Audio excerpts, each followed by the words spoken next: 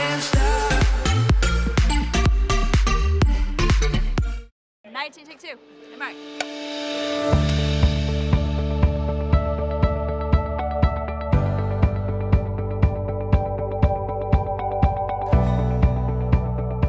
Million Little Things is a show, it's about human drama, friends coming together after catastrophe, and friends getting each other's backs while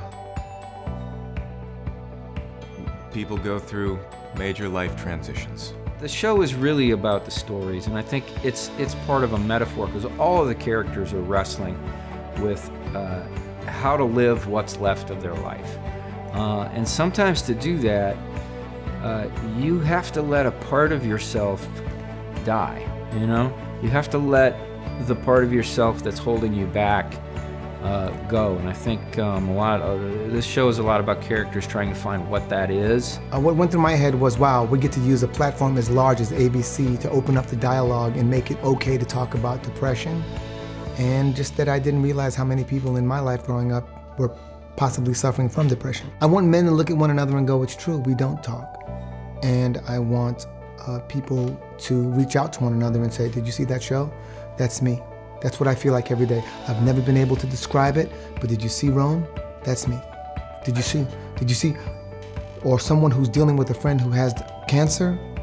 And I feel like just about everyone, unless you're like 2 months old, I think everyone's somewhat connected to someone who's dealing with cancer, being able to say, that's what I'm going through. That's what it's like. I would say thank God for the filmmakers that are not afraid to tackle some of these issues. I understand the controversy, I understand the fear of romanticizing and glamorizing it, but honestly, I think we need to see these stories told and we need to see different perspectives, and none of that is happening on this show. I think that, you know, the way it's tackled is with a lot of love, a lot of authenticity, and a lot of consideration for all parties involved. I hope that they feel seen.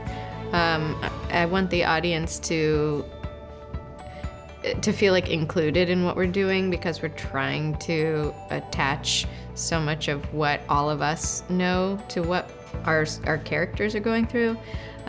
So I hope when people watch, they're taking something out of it, like a sort of a mirror that's being held up to them. These are real things that are affecting people, whether it be depression, whether it be Alzheimer's, whether it be battling with drug use, or there are so many things that we're going through. The amount of mental illness in society is, I mean, it's everywhere, right? And then there's a whole scale from just like, you know, depression or anxiety to full-blown manic depression to people obviously, you know, committing suicide. I think I read somewhere 800,000 people a year are killing themselves, and that was just in 2016, and that's worldwide. It's a lot of people, and we're just now kind of slowly getting out of that stigma of mental illness being something that this taboo, we can't touch, is something we don't understand. You know, the shame and judgment that is attached to it doesn't leave, I know, a lot of people wanting to seek help.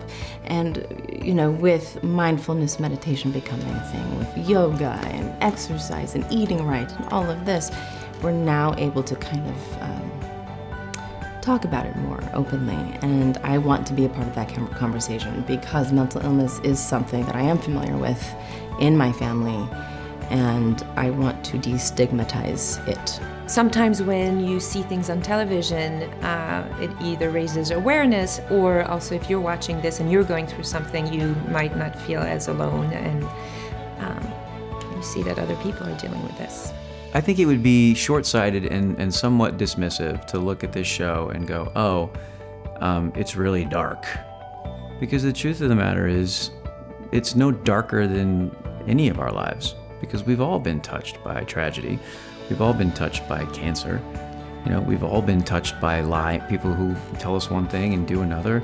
But inside of all of those machinations are also beauty, falling in love, laughing your ass off, having children, loving children, you know, just waking up every day and being lucky enough to, you know, to be alive. Like it's all part of the same constantly evolving organism. So, you know, to call this show dark is to call being alive dark, and that's not really accurate either.